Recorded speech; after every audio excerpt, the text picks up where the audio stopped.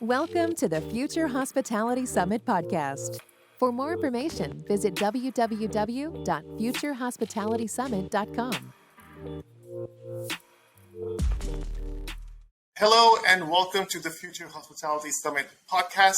I am Ali Shahid from The Bench, and I have a very special guest with me today. I have Amir Lababedi, who is the Managing Director Development for the Middle East and North Africa region at Hilton. Hello, Amir, and welcome. Hi, Ali. Thank you for having me. Great to join you on this podcast from the Hilton Riyadh. Well, thank you for joining us. How are things at the Hilton in Riyadh? Things are busy. I was lucky to get a room. Very busy, obviously. As you may know, it's a huge property, lots of rooms to fill, but the team are doing a great job at doing that. Wonderful. Then why don't you tell us a little bit, Amir, about your role in the region? What are you up to these days? Sure. So I'm Managing Director of Development for Hilton for the Middle East and North Africa. Our work involves obviously helping to work with existing and new owners and find great Hilton projects to brand under one of our 18 brands. So that's keeping us pretty busy. Obviously throughout the Middle East and North Africa, Saudi's extremely busy.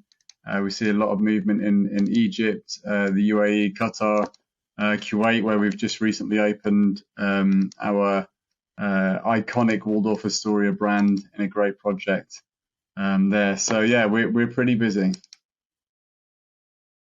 Right, and of course, Waldorf Astoria was where we were at a couple of years ago for the Arabian Hotel Investment Conference, where Hilton had generously hosted us as well. And Hilton is back supporting us as a sponsor for the Future Hospitality Summit, where our theme this year is Lead the Change.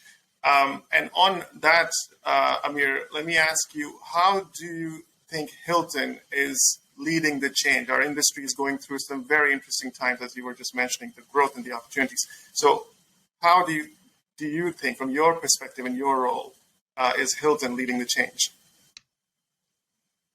Yeah, I think, if you look at Hilton's history, it's always had innovation at its core. From the days of our founder, Conrad Hilton, and much of what we see and experience in hotels was first pioneered by Hilton, right? First air conditioning in rooms, first female-centric guest programs, first international reservation systems, food and beverage icons like the red velvet, the Waldorf salad. Who can forget? Obviously, it'd be remiss of us to leave out the brownie. So we've led the change in the industry in so many ways, and we continue to do that as a pioneer in the industry.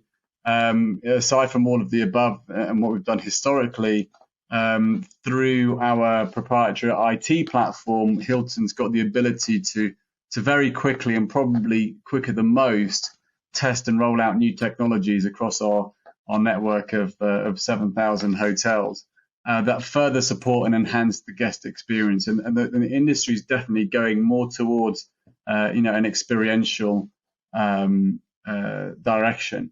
Now, ultimately, our industry is a people business, and as people, we crave for human interaction, which is why we place such a strong emphasis on ensuring that we have a leading culture and strive to lead as a great place to work. But at the same time, we need to provide a digital experience that's going to give the guests a greater autonomy over their stay and remove certain elements of the operation that will allow our team members to really focus on the guest and the experiential elements of the guest stay. But I think for me, probably one of the most important areas that Hilton's having an impact in our industry is the work that we're doing in the ESG space. So we continue to consistently lead the Dow Jones Sustainability Index. We're well on track to achieve the 2030 goals that we'd set. And we were actually the first major hotel brand to set those science-based carbon reduction targets that align with the Paris Climate Agreement. So when it comes to ESG, however, we can always do more. As I said, we're well on target. So instead of being complacent, we've actually just raised the bar ourselves and increased our environmental targets. And the tracking of those environmental targets and the management of that and making sure that we achieve those targets is facilitated through our proprietary Lightstay program, which tracks in real time the on-property water, waste, energy consumption, and the positive impact also that we're having on the communities and people that are around us, so that we can track and take immediate action where required. So I think that is definitely a theme that is growing and is here to stay, and rightly so.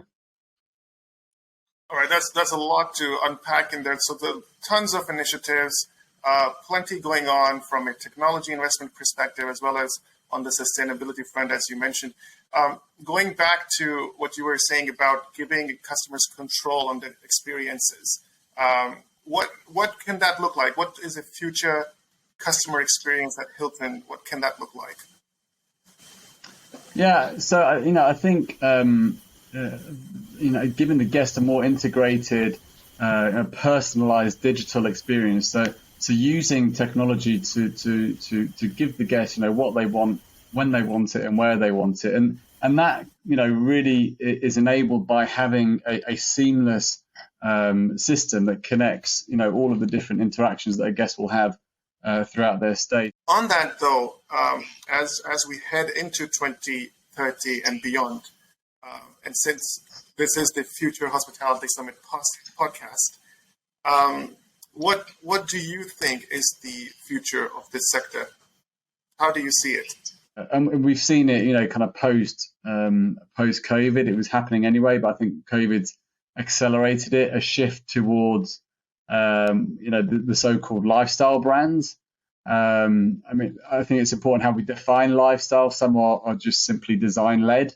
I think what we're seeing is the trend is more towards having a unique product or a unique experience, which we provide through our collection brands like Curio Collection and Tapestry Collection, as well as our core lifestyle brand Canopy and Motto, where each hotel is curated around its neighborhood or a particular story or theme.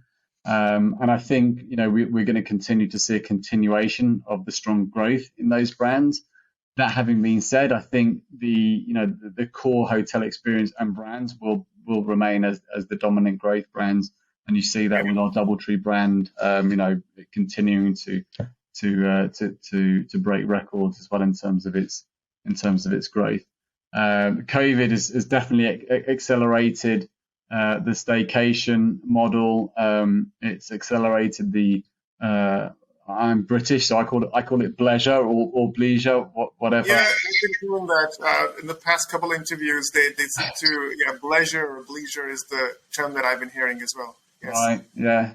Yeah. I mean, look, post COVID, everybody wants to kind of get out and enjoy life and experiences, and that's become much more important. And I think you only have to look at the performance figures as well, versus 2019 and the performance in domestic leisure and domestic markets as well. I think another trend that we're seeing, and I think that's going to continue, is the repurposing of both public and back of house areas. Kind of watching closely the trend of work from home to see if there are, maybe there's a trend where we don't need to have as much admin space in the back offices. They can be repurposed for other uses.